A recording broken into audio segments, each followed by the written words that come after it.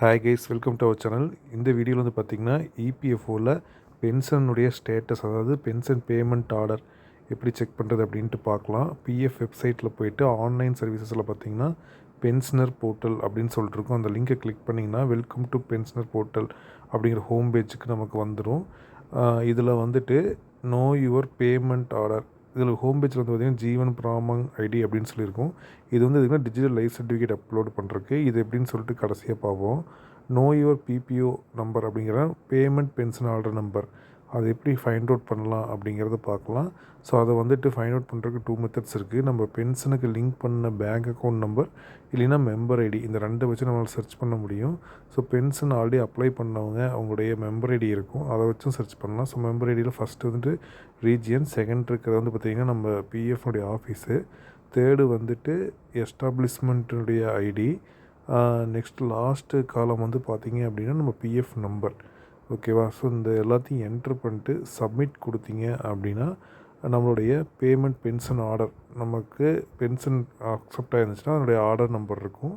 அந்த BP order நம்பரில் last digits மட்டும், நம்பர் டிஜிட்ஸ் மட்டும் காப்பி பண்ணிக்கோங்க.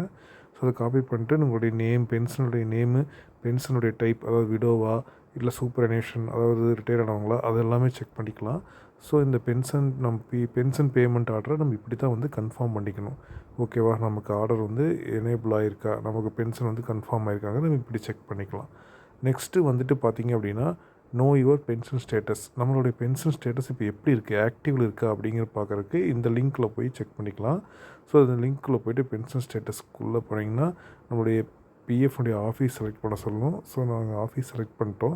செலக்ட் பண்ணிட்டு இதுக்கு முன்னாடி pension payment order number find out பண்ணியிருந்தாங்களா, அந்த நம்பர் இங்கே என்ட்ரு பண்ணிட்டு கெட் ஸ்டேட்டஸ் அப்படின்னு கொடுத்தீங்க அப்படின்னா பெனிஃபிஷியரி டீட்டெயில்ஸ் அப்படின்னு சொல்லிட்டு நமக்கு ஒரு டேபிளேஷன் ஷோ பண்ணும். இதில் வந்து பார்த்திங்கன்னா பெனிஃபிஷியரியுடைய நேமு, பென்ஷனுடைய டைப்பு, அவங்களுடைய டேட் ஆஃப் பர்த்து, அதனால் பென்ஷன் வந்துட்டு எப்போது லைஃப் சர்டிஃபிகேட் லைவில் இருக்குது, எப்போ லைவில் இருந்துச்சு, பென்ஷனுடைய ஸ்டார்ட் டேட் என்ன, ஸ்டாப் டேட் என்ன, எதுனா ரீசன் ஃபார் ரீஸ்டார்ட்டு, அதே மாதிரி பென்ஷன் வந்து லாஸ்ட்டாக எந்த மந்த் வந்து கிரெடிட் ஆகிருக்கு அப்படிங்கிறது எல்லாமே ஷோ பண்ணும்.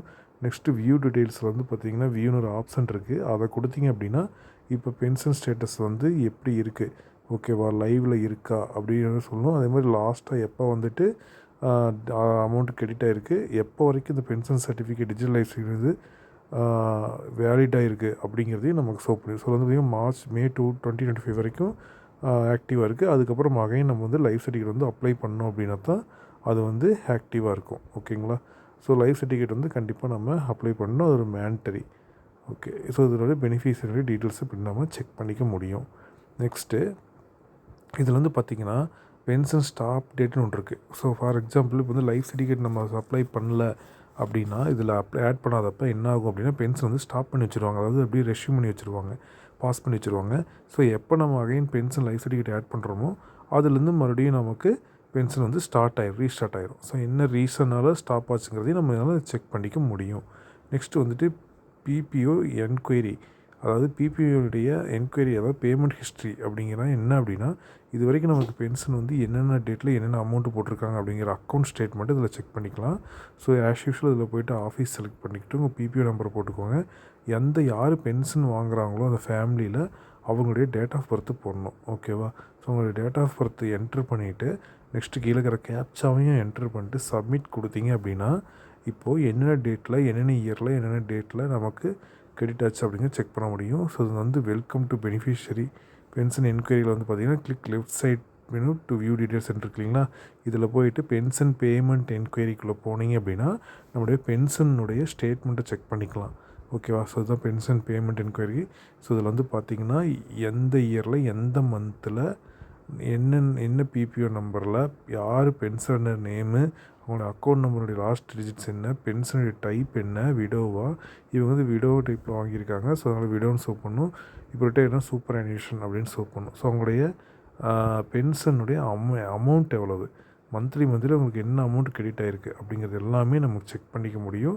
அதே மாதிரி அந்த ஃபேமிலியில் வேறு யாராவது சில்ட்ரன் இருந்தாங்க அப்படின்னா அவங்களுக்கு அப் டு 25 இயர்ஸ் ஏஜ் வரைக்கும் அமௌண்ட் கிரெடிட் ஆகும். அந்த ஷேர் என்ன அப்படிங்கிறதையும் நம்மளால் செக் பண்ணிக்க முடியும்.